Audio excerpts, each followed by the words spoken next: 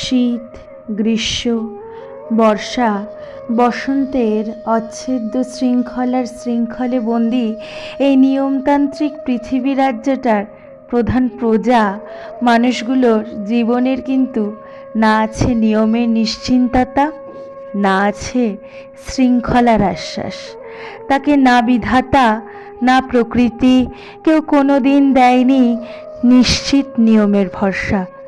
তাই সহজ সুস্থ মানুষও রাতে ঘুমোতে যাওয়ার আগে স্থির বিশ্বাস নিয়ে বলতে পারে না সকালের আলো সে দেখবেই, বলতে পারে না তারা ভরা বসন্তের মাঝখানে বজ্রের অভিশাপ নেমে আসবে না, শরতের সোনালি আলোকে মুছে দিয়ে শুরু হয়ে যাবে না অপ্রতিরোধ্য ধারাবর্ষণ। না, জোর করে এসবের কিছুই বলতে পারে না মানুষ।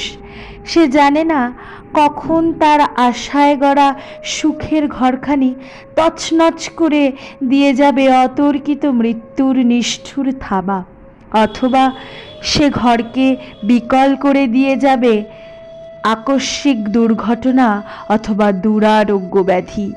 কে বলবে এই অনিয়মের দেবতা কোথায় বসে আছেন তার অমোঘ নিয়ম নিয়ে? আশাপূর্ণা দেবীর প্রথম প্রতিশ্রুতি। নমস্কার।